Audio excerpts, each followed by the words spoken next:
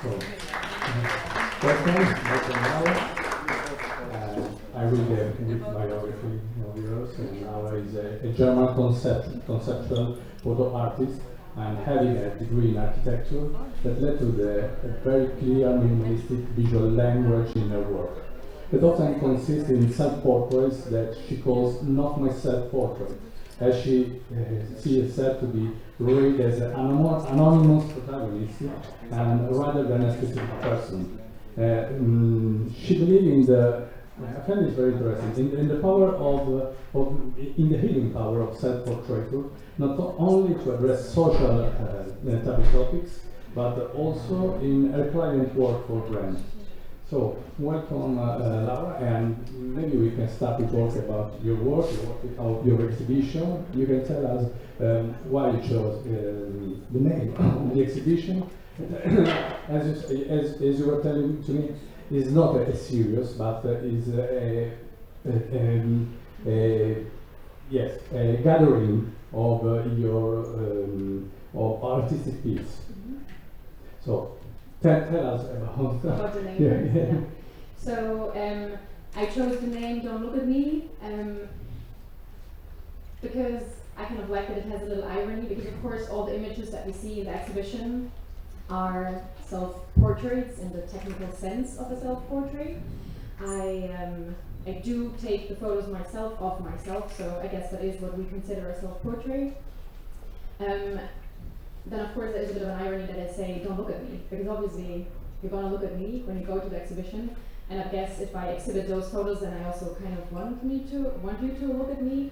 But the fact that, to me, you just said that, that to me the person in the photos is not Laura. To me it's as much as I can do that with the physical body that I have, it is and I see it as an anonymous person, and I rather see me using my body as a tool and as a process of how to take photographs, because it's very convenient that I can use my own body in like so many ways.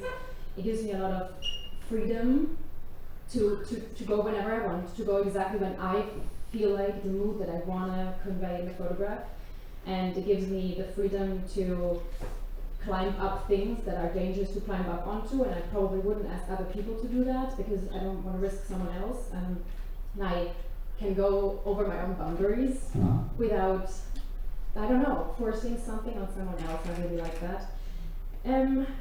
Yeah, so I think I like the bit of irony in the title. Yes. And because it's a sort of paradox. Yeah, and I don't know, I think. And there's also a second layer that I hope, I wrote that in the description text in the exhibition, that I hoped that people would look at the images maybe with more than just the eyes. So I want you to do more than look at me, but more like whatever, also feel something or look at what's maybe rather the message behind it. So yeah, there's like a few layers of don't look at me. Yeah. How did you start this kind of work? Well, I think I think it's very, very often people do self-portraits in the beginning of when they take photos, because it's like a very secure field. Yeah. Nobody else is watching, nobody's judging you, and I really, really enjoyed that process. I also really like that you have a lot of a place where you can really experiment, because nobody's judging. You can do a lot of things that look very embarrassing and nobody's ever going to see it. I think that's a very nice place, and I think experimenting is one of the funnest things to me in photography, to do something really weird and random, and maybe sometimes something interesting happens, but maybe sometimes something happens that's just nobody should ever see it, and then you believe it and nobody ever saw it. So I think that's very nice. And then I kind of stuck with it for a long time, because to me, what you just said, self-portraits have like a healing component to it, because you can spend time with yourself in an almost meditative way, to actually allow yourself to be yourself, accept yourself, and I think that's a very valuable tool to have in your life. I mean, some people might need that less. They're pretty good at accepting themselves maybe, and some people are less good at that. And I think or to me, it was very well spent time to accept myself better and to be maybe more in peace with myself, to later on have that energy in that room to maybe spend that on other people. So I'm very thankful to the genre of self-portrait to exist. And then now it became more of a tool too. This is something I wanna portray. So I'm gonna take myself and a backpack and a tripod and a camera to a mountain. So, and then I guess the common theme in the photos that we see in the exhibition is also that of a human being trying to fit in to something. And I guess I think it's a very human thought to trying to fit in, because I mean we all want to be a unique self, but we still try to fit into society, and that I think it's sometimes not very easy because there's a lot of norms and rules, and if you're not exactly average normal, then it's only getting a bit difficult. So that's a common theme that I like to convey, to find places in nature that are to me inviting to try to fit in. And I also like the idea to picture how a human being fits into nature and not the other way around, because I think in our daily life, how we live in the world, we're the center and nature can see how it fits in. This is how we have the world around us, and I think we see what that does to the world, that we say, well, nature, have fun looking where you still fit in. And I think to me, it's nice to remember that these rocks have been there so freaking much longer than me. They will be there a lot longer than I'm here, and I should be more humble and see that, yeah, they're gonna survive longer. They're the more majestic thing, they're the valuable thing, and I'm like a blink. And to me personally, it's nice to remember that, and I try to, I guess, show that in the images. Yeah, it's really the common thing that I'm searching for. How can I fit in visually, physically? I like this picture in particular because we are just like growing the out. rocks. Yes, Yeah. yes. And it's also nice to just like, or at least to me, and we had worked the other day, and that's the one thing I really tried to like show, was to observing the world, like walking through place and see like, yeah, I have a black dress on my back, but this is really, really black rock. And it has like maybe exactly the width that I can create with my dress. So if I stand on top of it, maybe I can kind of look like I'm growing out of this rock. And to observe like the world around me, and to see potential for this, how can I fit in theme? It's very, very fun to me. And then, like, most of the time I do that in nature, but I also really like to do that in urban spaces, which is like a bit harder, I guess. But this is like in Berlin, in an old airport, and I think it's like a corner that so many people pass by every day, and I guess nobody squeezed themselves in there yet, because it's not the first thing you would think of doing, but I don't know, it's just also nice as a physical, and I guess I'm also very interested in the human body in a way, and also just how to physically experience something like that, and I don't know. To me, this was interesting to do that. Also, that people pass by and they're definitely thinking like, yeah, she's absolutely. I don't know what she's doing, but I mean it's Berlin, so people don't question it so much. Here, your position seems comfortable, seems relaxed, but I think that in reality you were very, very tense. But I think afterwards, I definitely like my knees were a bit blue and the spine hurts. But I think in that moment, and that's what I also really like about it, that I can let myself fall, and like, I mean not physically, but more like enjoy it, and you don't think about that it is actually hurting. I don't know, it's like a very, that's what I'm saying, meditative. To me it's really like, I don't know, it has that feeling to me. And it's also, I mean, this is more the direction of like exploring body and like what's possible, and like can I imitate the structures that are around me, and I don't know, just exploring your own body in a way.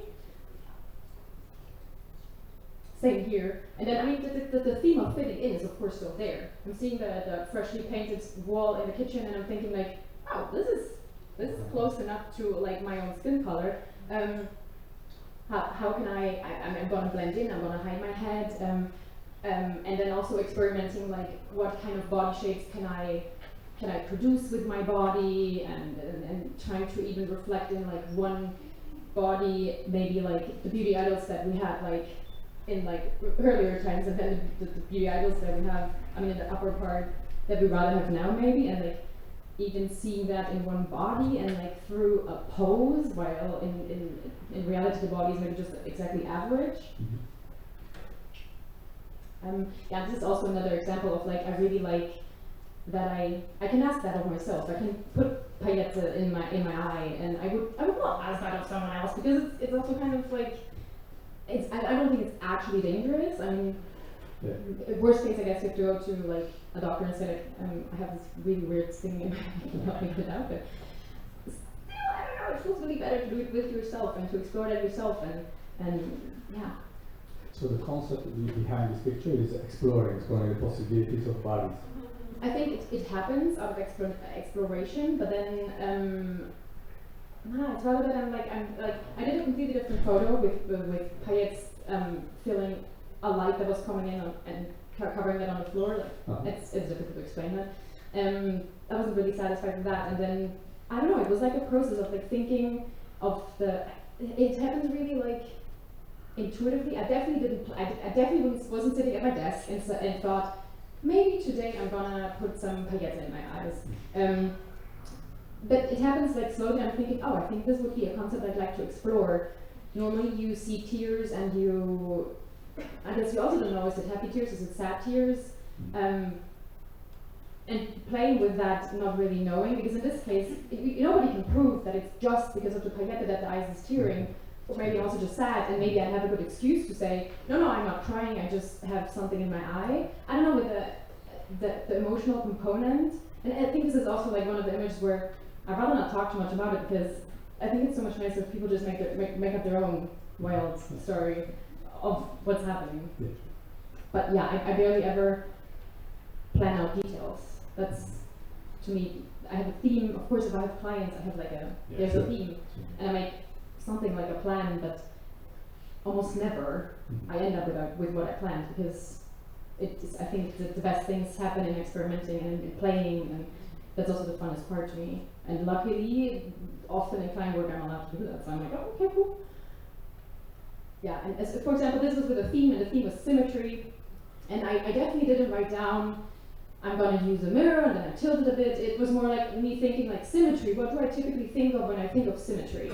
And then one of the things that came to my mind were mirrors, because I guess often symmetric things are mirrored. So I thought, okay, we do kind of connect mirrors to symmetry, so I'm going to use a mirror, but I'm not going to put it in the right angle to have symmetry. So I'm like doing this detour around the topic to have a little glitch maybe? I like that too. I don't know. Just have like a mistake or something in the, and then still having connecting lines in a way, which I think is also something that I associate with symmetry. And this is like in my living room, so like, because often people are like, wow, where do you find those amazing locations? And I think it's just as fun to work with a mirror and a body and a living room wall. And here the topic was hands, and I mean this is like, well, idea was definitely not creative, but I guess you would maybe think of doing like hand photos, I don't even know. I mean, I didn't brainstorm super much further, but I was thinking maybe I'm just breaking the rule of that you probably don't photograph people with a very wide angle lens, and you normally avoid having like a part of the body much closer to the lens, and then just going against both of these things and making the hands the prominent attribute. And this is shot in a bathroom, so I really like this, I guess, the amateur approach.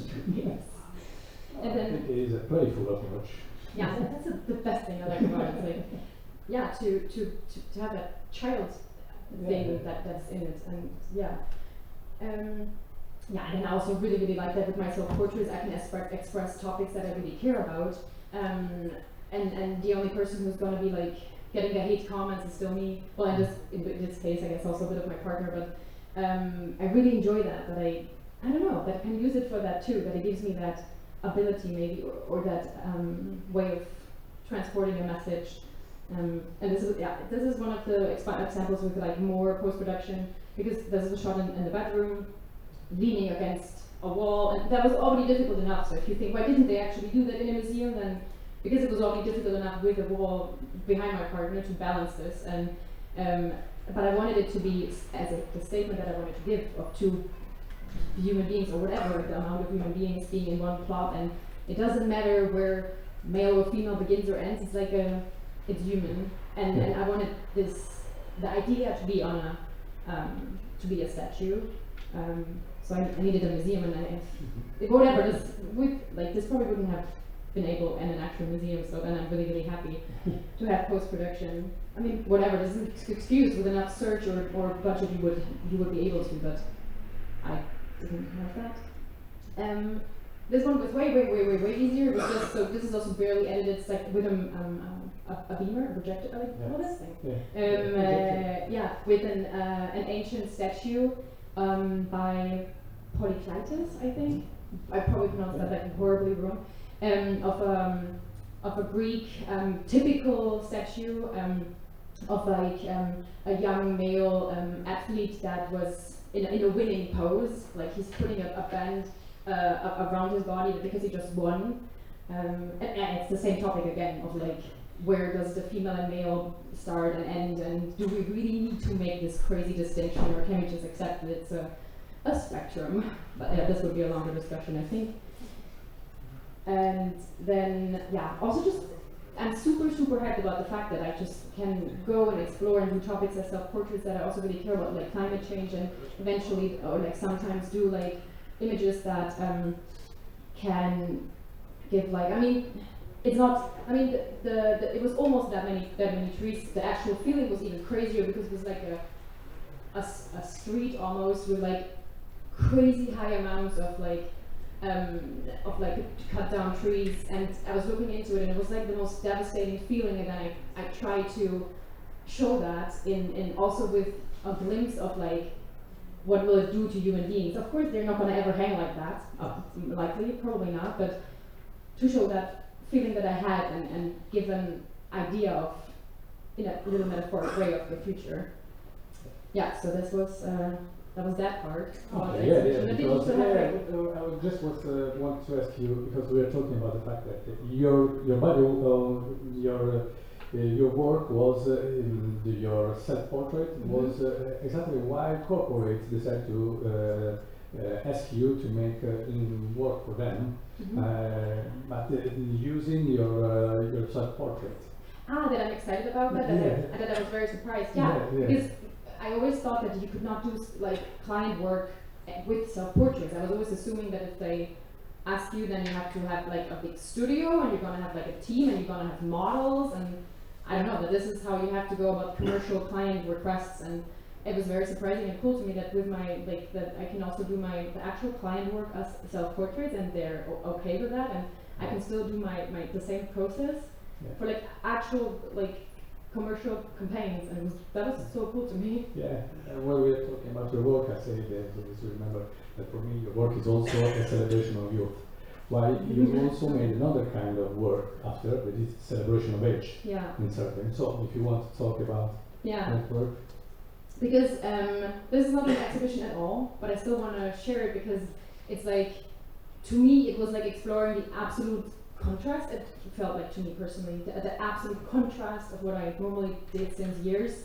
I had a residency, like a scholarship or something like that, for a year from Adobe, and that gave me the chance to, for 1 year, work on a project that I really wanted to work on. And I think literally everyone, including Adobe, was thinking I would do like even more self-portraits, and whatever, do something bigger or crazier, I don't know. And I decided to instead photograph like elderly people, like people between 80 and 100 years old. I never saw their initial reaction when I said I'm going to do that. I don't know if that sounds boring at first, but it was like literally the best year I ever had, because the people I met were like so incredible. And this is like, that's a little overview of the people I met. And in the beginning I thought I'm going to do like some questions and then mostly portrait them in the search of showing an invisible beauty of age, and not trying to show that age is chill and nice, because I guess we're all aware that it's not. and also not saying that I'm searching for people who are old but don't have wrinkles, like age models, but rather saying like being more appreciative of the visuals that we have when people are old, and showing what they all have to offer maybe. And I'll get back to that later. As you already see in one of the images with the frames on it, very quickly with the very first person that I met, the project changed completely, because I asked like one question and then they told me for like 4 hours the story of their life, and I was literally just sitting there listening, sometimes a bit of laughing, mostly crying, because it's someone who's like 90 years old. They have experienced so many things, and they have a lot of wisdom to share. They have a lot of history to share. They have, I don't know, a lot of funny anecdotes, but also a lot of tragedy in like all cases. Like literally all 35 people who I met had like super tragic events in their life, and this is all like most of the people who I met in the south of Germany. I mean, I think maybe half of them are originally from there, and half of them are like came there in some way, and it was just incredible because all of them were strangers, besides one, and they all opened their doors to me and let me in and told me about their life, all of them. And yeah, I want to share maybe if, do you first want to have a general question, or dive into the people? Continue. Yes. So what I still wanted to say was that very early on, with the fact that it was 5 hours of interviews, and then we did like 15 minutes of photos in the end, because they were way more keen to tell me the stories than the actual photo part. It became clear that the artwork of the project is their words and not the photographs. So when I made an exhibition in the end, this is like a very bad digital version of the exhibition, but in the exhibition it was the photos printed without any frame, without any passepartout, and the words, the quotes that I selected from the interview, which was incredibly hard to put a life story into like a few quotes. And the exhibition, the depiction is with the quotes that you see. Yeah, but the quotes are like framed to give this signal, really, to say like the quote, the words are the thing that needs to be framed here, and not the photograph. And they're like kind of in front, so people also have to first go through the words and then reach the image, because I wanted them to have a similar process to what I did, because I think especially in this project I realized that a picture can maybe say 1,000 words about an abstract topic. But sometimes words are better. I mean, it's just things like the actual facts of what someone experienced that you will not see in a portrait of them. And sometimes it is important to know the specifics. And I think that was very interesting to me, to see that the words can be so valuable. Yeah. So I wanna like introduce you to a few of the people that I met, and this is Hilda. I need to like spy on the times when they were born. This is the 1929, and she is originally from Cuba, and she's one of the few ones I didn't meet in Germany. I met her in San Francisco, and she was actually a photographer too, which was like really nice to suddenly find out somewhere in the conversation, and it was really beautiful to talk to her, because she was talking about a lot of beautiful things, and only somewhere in between she like mentions that she comes from an incredibly poor family and had to fight her way up so much and is struggling with a lot of things at the moment, but then she really says like things in between where she's like, I don't want to spend my time complaining that I'm like going blind at the moment, because I just had a life handed to me that was so much better than what I ever expected and had hoped for, and that she's so grateful for the fact that she not only had opportunities in life, but she was also able to take them.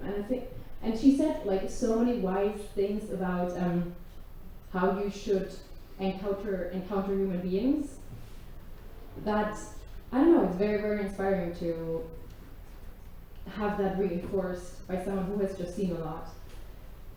And then also, I think it was very nice that most of them shared like very personal like stories and shared their like photo books with like a complete stranger. They never met me before. I was standing in front of their door because often it was like the kids arranging the meeting or like they definitely, I've never seen, because besides one person, I've never seen them before and literally enter their living room or something like that, which I felt was, yeah, it really humbles you too and honors you if that happens. And I think what was also, that was something we actually really talked about, but are you like, when she's going to say something about the control? That yeah, sure. in my self-portraits. Yes, because what we were saying before is that the first work is about total control of images. What you say when we're talking about this work is that for you this work is the loss, it's completely loss of control because you are in their hands. Yeah. So it was very like, because I guess also I'm kind of a control freak, which I think maybe explains the self-portrait, doing everything on your own and not giving any part of it out of your hands. And then I think I went into this project kind of thinking it could be like a portrait project, but then I come to the house and they're sitting on the sofa, and very quickly I realized that they're not mobile enough to go anywhere else, so the photo is going to happen also on the sofa, and they're wearing what they're wearing, the room looks like the room looks like, and the light is what the light is like, and I'm like, oh, okay, I'm just gonna show what's there in reality. And first I was really struggling because my control freak was like, how am I gonna do this? And then eventually it was so beautiful to learn to love it and to see the beauty of just letting it. Everyone is like, yeah, duh. That's what everyone in documentary photography appreciates, I guess, but to learn to see the beauty of letting things exactly like they are, and not feeling a need to change anything or stage something around it, that it's just beautiful enough like it is, and that was so nice to learn, and everyone's like, yeah, hello kindergarten. Yeah, but that was to me a super nice learning effect coming from the absolute opposite. And of course, I heard like the most incredible stories of people, because for example Ludwig, and he was born in 1925, he was in Russian war imprisonment after the war, and then you probably think he would say how horrible it was and that he maybe has a lot of hate or something like that for what had happened to him. I'm not saying that he's innocent or anything, but the conversation was mainly about the fact that he said during his time in war imprisonment they had to work in mines and they were always on the brink of starving, and the Russian civilians that were living close by, and he said, he used a word that is maybe just in German, he said they were poor as the dogs, the civilians who lived around it, and still they were smuggling food into the prisoners' camps so they wouldn't starve. And I think that was so beautiful to hear. And then he also was really like, you could see how much that still, and that was, when I met him he was over 90, so it was so many decades ago, and it still was really with him. And that it was like he said like it was one of the goals of his life to give something back. So for, I don't remember which of his birthdays, he collected money and sent it back to the little village to build up a little cabin for a kindergarten. I mean, it was just some project that he had access to, but I think it was just so nice to hear that the civilians in those conflicts are very able often to have this humanity with each other.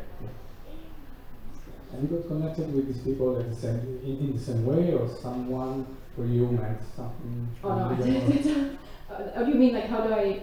No, if you got connected, your experience, you got connected in the same way to everyone, or there was someone who, for you, was a different experience? Some were even more, but I think that's the problem, that I got connected to all of them. I was almost thinking beforehand, I should have done a psychological training to like not get too close, because I got way too close, I think. Which may be also a rule that I just didn't know about, because I didn't know anything about documenting anything. So I definitely feel like I got friends with them, and with some of them I saw them a lot of times still, and yeah, with some of them it was hard to keep contact, and there were some letters in the beginning, and then, but then a few of them I saw later again, and every single time I had a meeting with them, it's like so freaking emotional. And their stories, nah, if I'm gonna tell it then I'm gonna cry, and then I won't speak anymore, so. But, like, getting a lot of like, not recognition, like almost love from them, and it's, love maybe. that was so crazy, from strangers. Yeah, I don't know. But there were also funny stories in between, like, or like rather funny, I don't know, compared to a lot of devastating things.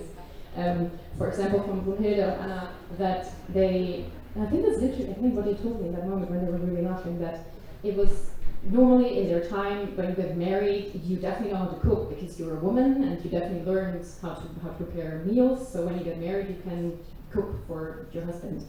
And in their families, there were no male people, so they had always worked on the fields and did the really like hard farm work. So the day they got married, they had like no freaking clue about cooking. And then they also had this old cooking book in like old German written, so I couldn't read a word. And it was just it's so nice to get these glimpses into how their life was back then, and how many things changed in like a rather quick time. Yeah. And this is Emma, and this is also like, sometimes they also tell really nice things that you just try to imagine and feel like that it was very nice that she said they learned dancing in like this old part of a farmer's house, and everyone came together, and in the evenings they danced there. And the next sentence she says she barely ever managed to go to school because the school way was like so far that she would miss far too much on helping in the farm to even go to school. And another man told me that he always had to do like his homework in like a little chapel, and then hide his things behind the altar in the chapel, because when he came home, his family, because he was in a foster family, they don't care if he had education, so they wouldn't allow him to do anything for school. So those little moments, I think, that they tell you about, and that make you really connect, but also through that really makes you learn something about the history they have. And yeah, it was also filled with like really sad moments, because, for example, this is William. He was very quiet through the whole conversation, and mostly his wife talked. And then in the end, he said, "Finally, the storm of life has calmed down, and I would just hope that it all just holds together for a little longer." And he died 2 days later, and you're like, just met them, and you still. It's crazy how this 5-hour conversation, what it does with human beings, that you really connect actually, and strangely feel very devastated by that. And then I visited Brunhilde again, and also the fact that they can talk to you for some hours and you think they had a really amazing life, and then you like visit them again and suddenly they have the craziest stories that they maybe didn't tell the first time. And I found out that she's still working on that farm, like she and her daughter managing a whole farm on their own, and it's really hard work, and you see the toll that it has on her. And I guess again, it really humbles you to see how, and this is also something I think throughout the whole project, that they all have the most, like, I don't even can count how many people in this project, for example, lost a kid, and none of them were bitter or hating life, and I think that was a very good lesson to learn, that is possible, that you can still really somehow keep on going. And something else I was very surprised about was that in this project I really thought, okay, this is like a project that I'm doing and it's 0% about myself, because of course I'm not in the picture, I'm not changing anything, I'm just listening, I'm not even saying a lot. And then I take a photo and it's all about them. And then I realized that the 5 hours that I spent, and that took me very long to understand that is why they look at me like that in the end. And that I think if you take a photo after like half an hour or something like that, it would look actually quite different. And yeah, that was also really nice to learn that these 5 hours really make a big difference actually. Just a quick question, yeah. Because we were talking about connection, but was it difficult to disconnect from them? Because it was painful to disconnect, to leave, to close the work, to leave their home. Yeah, Because, absolutely. Also because, I mean, first, I knew if you're having this project with 35 people, then you know you're not gonna, and I mean, I don't live in this, it was all in like the South German area, and I knew I don't live there anymore, so I'm not gonna see them often. I can definitely not keep the connection with all of them, so it was crazy actually to just dive into someone's life. And I mean, it's also not what I planned, because it's also kind of crazy to do that, to dive in and then you're gone again. It's almost, yeah, I don't know. But they were all really, really happy to be part of the project. They told me like super many times and came to every exhibition, and like even if they were like terminally ill, they still came to the exhibition and said, I want to see you one more time. So yeah. Oh yeah. Oh, I skipped a few people. Yeah. I mean, with the last one, I think it was very nice that. I'm afraid we don't have. Oh, we were anyway. No, you can go on the picture on board. No, I'm afraid we don't have much time, so maybe we can go and then let people do questions. Sure. I think I still want to tell one last thing that was, but it's not a happy end. I'm sorry, it's not going to be a happy end. That one of the most memorable things for me in the project was a woman. It wasn't her. She was kind of satisfied with life. Told me that the main problem for her is, and I had that in unspoken words in a lot of the conversations, is that she said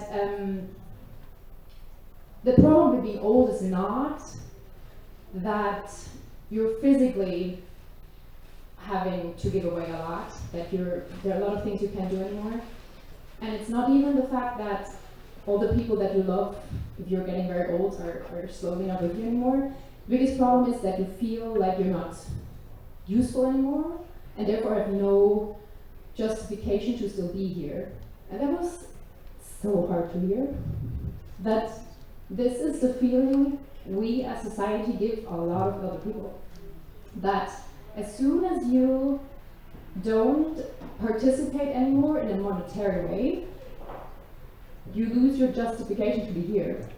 And I think it's very important to hear that sentence and to realize that we're kind of all a bit part of that in our society. And I guess most of us want to get to an old age. Nobody really wants to be old because it's hard. But I think we also have a chance to set a foundation to not treat elderly like that, or to not give them that feeling. Because at least for me in this project, I really, really learned an insane value of like wisdom and knowledge and appreciation and like hope. And I think it would be so important to let elderly people know and feel that they can give so much still, and change that also for our own good when we are old, that this is not how we want to feel, because I think it's a very horrible feeling, that what she portrayed. Okay.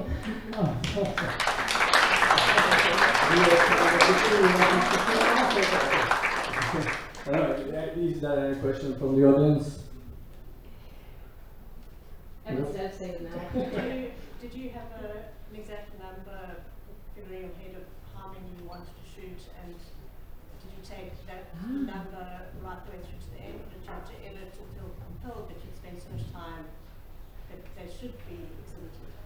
But did you mean like if I from the beginning knew it would be 35 people? Yes, and did you take that 35 and finish with 35? No, I was like, in the beginning I didn't even know if I'm going to find 10 people. In the beginning it was very, very hard to find people, because I didn't have something to say, this is what it's going to be. And then eventually there were too many people applying for the project, and I kind of had to say no to people. And I think after a while it was a bit like, I could a bit estimating how much time I spent per person of everything that each round. It's not just 5 hours of listening, of course, there's so much work per person. That it was almost like a natural like limit that was reached. Yeah, I think that was a bit, so it came naturally. There was never a plan of an exact number, but I guess I was hoping for more than 10, and I knew it wouldn't be 50, because that's just not, it wasn't feasible to do that. And everybody that you did spend time with, you took through you finished the project? There's a few people who are not in the final exhibition and in the book. I sometimes how you sort of made that decision, because you obviously got close to every single one of them. Yeah. So when you had to make that decision of appreciate? I think it was just connection. Because I think the people who I just had in mind, who were not in the exhibition, not in the book, it was way less deep connection or conversation. Also due to, that was actually interestingly, I met a few people that didn't want to meet at home, so I met them somewhere else. And that was a crucial factor somehow of like, if you meet them on a bench in a square or something like that, it's a completely different story, and that you feel in the photos and the conversation. I mean, not expectable, I think. I could have guessed. But I mean, I didn't experience really with this direction of photography, so I guess I was still thinking maybe it still works too. So also a bit of a natural, because I mean, I didn't put the book together so much on this is a person I have the best photos of. Definitely rather on the words, what happened in the conversations and the connection that we had. Any questions?